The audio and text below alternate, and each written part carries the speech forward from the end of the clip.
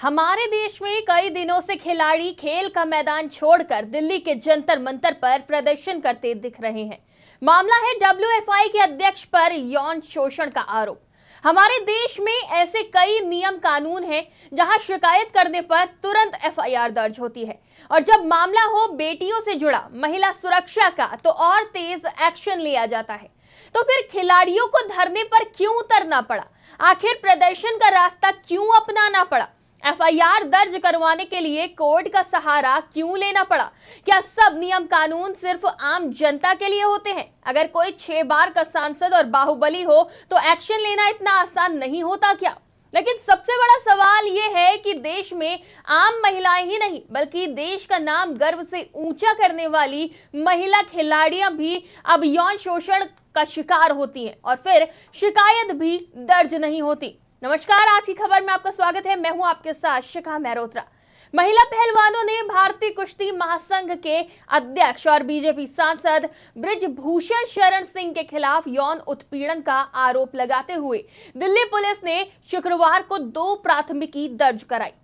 इसके साथ ही सांसद के इस्तीफे की मांग भी तेज हो गई, जिसको लेकर बृजभूषण शरण सिंह ने अब जवाब दिया है कि दिल्ली पुलिस पर भी मुझे पूरा भरोसा है। मैं पूरी तरह से इन आरोपों का सामना करने के लिए तैयार हूं। सुप्रीम कोर्ट का आदेश मेरे लिए सर्वमान्य है। मुझे जांच एजेंसी पर पूरा विश्वास है। मैं उम्मीद करता हूं कि एजेंसी निष्पक्ष और शीघ्र ही जांच करे। मुझे न्यायपालिका पर भरोसा है। तो वहीं इस्तीफा देने की बात पर बृजभूषण सिंह ने कहा कि मैं बताना चाहूंगा कि इसमें फेडरेशन का कोई रोल नहीं है, लेकिन खिलाड़ियों की मांग लगातार बदलती रहती है। मेरा कार्यकाल लगभग पूरा हो गया है। जब तक नई बॉडी नहीं बन जाती, इस्तीफा कोई बड़ी चीज नहीं है, लेकिन अपराधी की तरह नहीं। मैं अपराधी नहीं हूं। मैंने एक ऑडियो दिया है जिसमें कोई खिलाड़ी ये कह रहा है कि किसी भी लड़की का इंतजाम कर दो। ये पद जो मेरे पास है, ये विनेश फोगाट की कृपा से नहीं है। मैं चुनाव लड़कर जीता हूं। तो बृजभूषण के बयान से तो यही लग रहा है कि वो गलत नहीं है। क्या कुछ कहा है उन्होंने, चलिए पहले इसे सुनते हैं। चाहता हूं कि 12 साल से इनके साथ ही हो रहा है, एक अखाड़ा एक फैमिली, और इस 12 साल में भी एक बार भी ये शिकायत लेकर के ना तो खेल मंत्रालय में गए हैं, ना किसी पुलिस स्टेशन पर गए हैं, ना कभी फेडरेशन में आए हैं। और यही खिलाड़ी आंदोलन के 15 दिन तक पहले इनकी वीडियो सुन लिया जाए, इनका ऑडियो सुन लिया जाए, और ये जो है हमारी तारीफ करते थे। ये बार बार हम मेंशन कर रहे हैं, हम किसी पॉलिटिकल पार्टी को सपोर्ट नहीं करते। और एक लास्ट बात मैं मेंशन करना चाहूंगी, यहाँ आके जो भी स्पीच देता है, जो भी एग्रेशन की स्पीच देता है या हमारे धरने को भटकाने की कोशिश कर रहा है, उसका जिम्मेवार वो खुद होगा, हम नहीं होंगे। Thank you. अच्छा, किसी को नहीं मालूम अभी तक कि उस एफआईआर में क्या है, कौन सी धाराएं कौन सी नहीं है। जब ये लड़कियां मेडल जीत के आती हैं तो हम सब ट्वीट करते हैं, सब कहते हैं कि हमारा गर्व है। सारे जितने भी नेता हैं, हम इंक्लूडेड इसमें, हम सब कहते हैं कि ये सबसे बड़ी बात है, देश के लिए अच्छा है, ये है, इन्होंने देश का गर्व सम्मान रखा है। और आज जब सड़क पे बैठी हुई हैं, जब कह रही है कि हमारी बात सुन लीजिए, हमारे साथ गलत हुआ है, तो कोई सुनने को तैयार नहीं।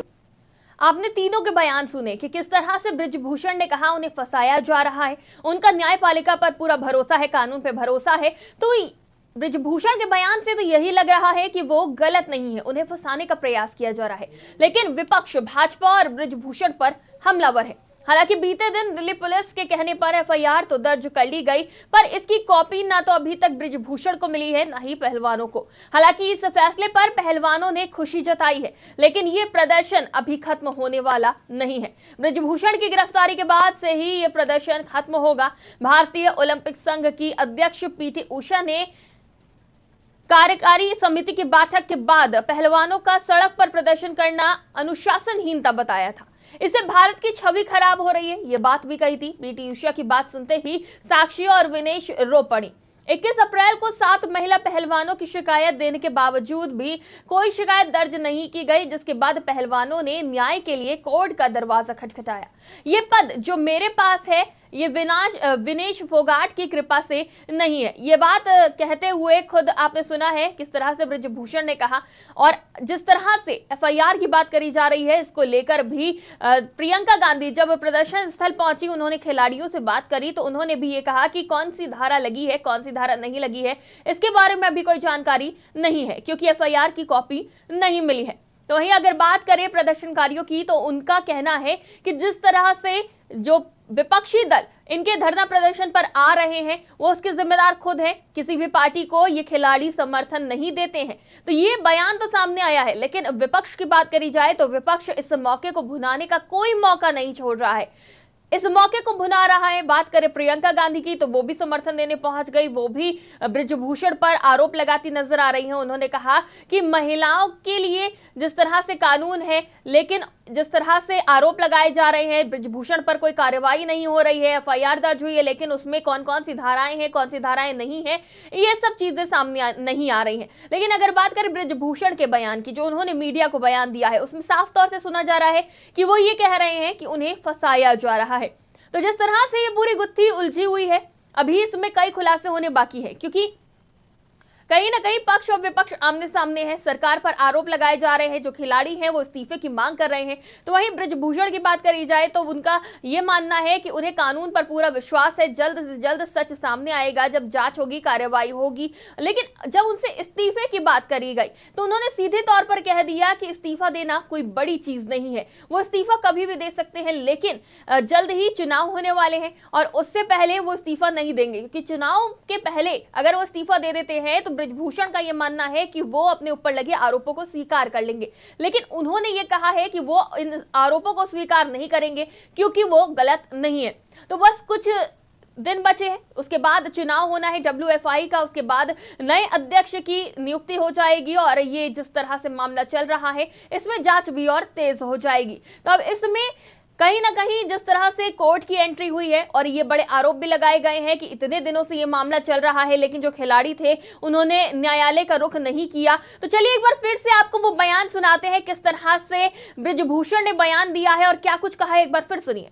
से रखना चाहता हूं कि 12 साल से इनके साथ ही हो रहा है, एक अखाड़ा एक फैमिली, और इस 12 साल में भी एक बार भी ये शिकायत लेकर के ना तो खेल मंत्रालय में गए हैं, ना किसी पुलिस स्टेशन पर गए हैं, ना कभी फेडरेशन में आए हैं। और यही खिलाड़ी आंदोलन के 15 दिन तक पहले इनकी वीडियो सुन लिया जाए, इनका ऑडियो सुन लिया जाए, और ये जो है हमारी तारीफ करते थे। ये बार बार हम मेंशन कर रहे हैं, हम किसी पॉलिटिकल पार्टी को सपोर्ट नहीं करते। और एक लास्ट बात मैं मेंशन करना चाहूंगी, यहाँ आके जो भी स्पीच देता है, जो भी एग्रेशन की स्पीच देता है या हमारे धरने को भटकाने की कोशिश कर रहा है, उसका जिम्मेवार वो खुद होगा, हम नहीं होंगे। Thank you. अच्छा, किसी को नहीं मालूम अभी तक कि उस एफआईआर में क्या है, कौन सी धाराएं, कौन सी नहीं है। जब ये लड़कियां मेडल जीत के आती हैं तो हम सब ट्वीट करते हैं, सब कहते हैं कि हमारा गर्व है। सारे जितने भी नेता हैं, हम इंक्लूडेड इसमें, हम सब कहते हैं कि ये सबसे बड़ी बात है, देश के लिए अच्छा है, ये है, इन्होंने देश का गर्व सम्मान रखा है। और आज जब सड़क पे बैठी हुई हैं, जब कह रही है कि हमारी बात सुन लीजिए, हमारे साथ गलत हुआ है, तो कोई सुनने को तैयार नहीं। तो आपने एक बार फिर ये बयान सुना, 45 दिन बाद WFI का चुनाव है और जिस तरह से ब्रजभूषण ने ये बातें कही हैं, आपने सुना कि किस तरह से कई चीजें निकलकर सामने आ रही हैं। सबके बयान अलग अलग है। एक तरफ आरोप लगाए जा रहे हैं ब्रजभूषण पे, तो दूसरी तरफ ब्रजभूषण नकारते हुए इन आरोपों को नजर आ रहे हैं। विपक्ष इस मौके को भुना रहा है। अब इस मामले में क्या होता है, पल पल की अपडेट हम आपको देते रहेंगे। आप देखते रहिए आज की खबर।